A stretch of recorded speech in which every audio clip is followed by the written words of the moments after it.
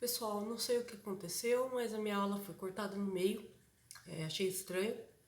E boa parte da finalização dela não foi no vídeo, que eu fiquei bem triste, porque eu queria fazer só 2 vídeos da aula, acaba que eu precisei fazer 3, né? Então, a gente vai ter aí a bandeira nacional com os lemas positivistas, como eu falei por último, a partitura do hino nacional, que vai ser composto pelo Francisco Manuel Silva. O hino nacional, ele exalta exatamente os valores positivistas, né? Aquela coisa da glória do passado, um futuro brilhante pela frente, né? A ideia do progresso da nação, e ele é muito parecido com o hino da França. Pois é, o hino brasileiro foi uma espécie de cópia do hino da França, até em alguns momentos a melodia dá para se confundir, tá, galera?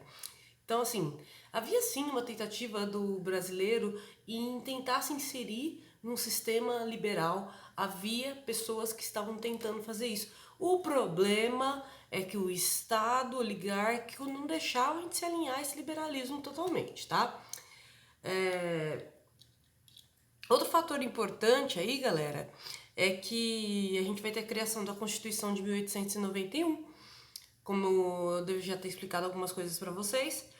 Mas ela é baseada nos princípios republicanos clássicos, inspirado na Constituição estadunidense.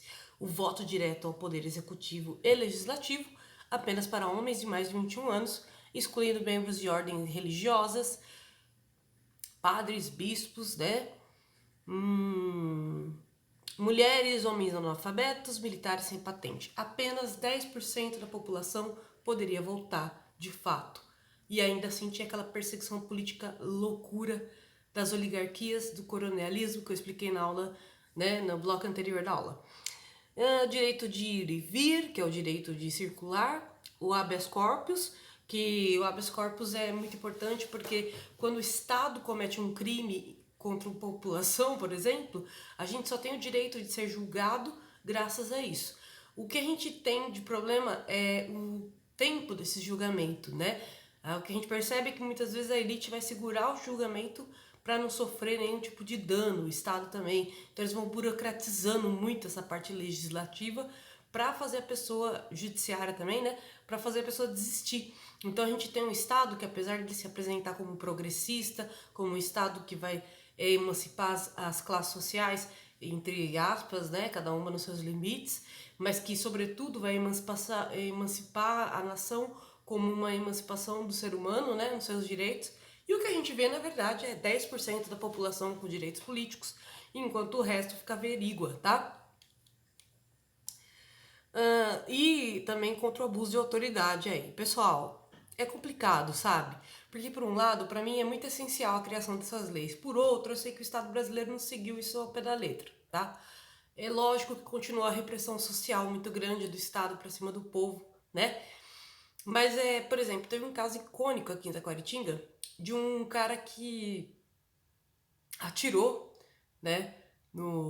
Ele foi acusado de atirar na direção de um delegado.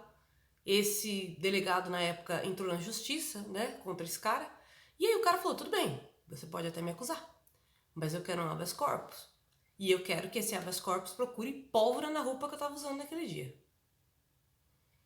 E aí eles pegaram o cara no pulo, né? A acusação era falsa, não havia pólvora na roupa, e graças a esse tipo de processo legislativo, esse cara que foi acusado falsamente não foi preso, galera. Tenso, né? O problema é que no Brasil a gente tem muita prisão que é basicamente assim: prende-se a pessoa primeiro, depois se cogita a possibilidade dela ser inocente, tá? A gente teve um massacre horroroso na nossa história, inclusive por conta disso. Quando as prisões estão superlotadas, a população que é ignorante, não entende a razão disso, muitas vezes apoia genocídio dessas pessoas que estão presas, mas a gente tem que pôr a mão na consciência e pensar que, em percentual, a maioria ali está presa por engano, né?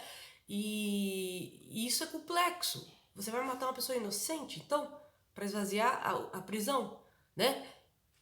Eu não sei se essa ideia é muito plausível, mas enfim, né? Após um grande investimento em campanha política, Prudente de Moraes se torna presidente do Brasil, aí fica entre 1894 e 1898, redirecionando a economia para uma política agroexportadora, ou seja, o Brasil dá aquela avançadinha no setor industrial, né? Influenciada pela Inglaterra, pela construção de ferrovias que conectaram, né, o Brasil, o interior do Brasil, a grandes cidades. Então isso estimulou o comércio, estimulou a produção, né?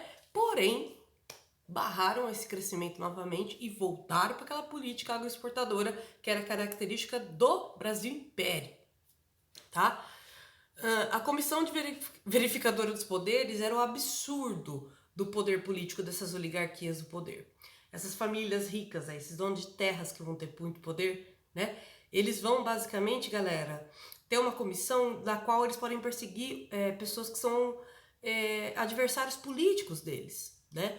E, gente, na política a gente tem que entender o seguinte, né? Quando uma pessoa protesta contra um presidente, um político, que seja, a gente tem que ver as razões desse protesto, tá?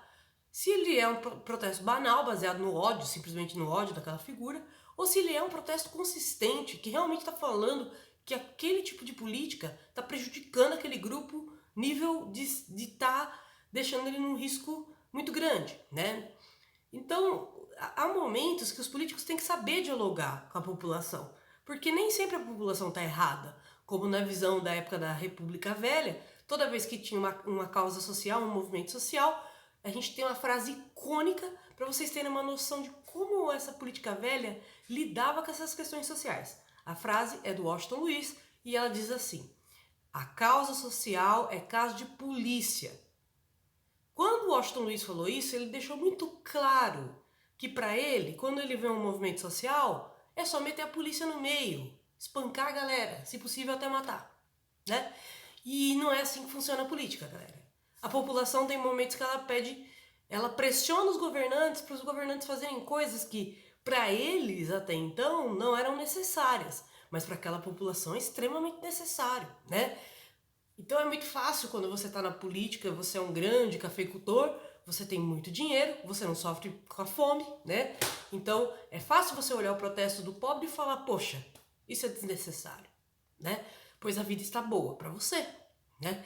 Então, os coronéis eram grandes proprietários de terra que na época do Império recebiam condecoração da Guarda Nacional, ou seja, eles ganhavam armamento e uma presença do exército literalmente a seu favor, ganhando poder bélico e até carta branca para matar qualquer pessoa que se opusesse a seu poder.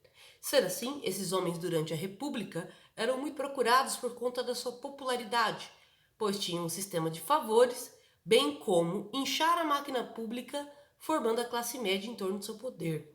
Seus eleitores eram conhecidos por curral eleitoreiro ou gado. Vocês acham que essa história de gado veio da onde, gente?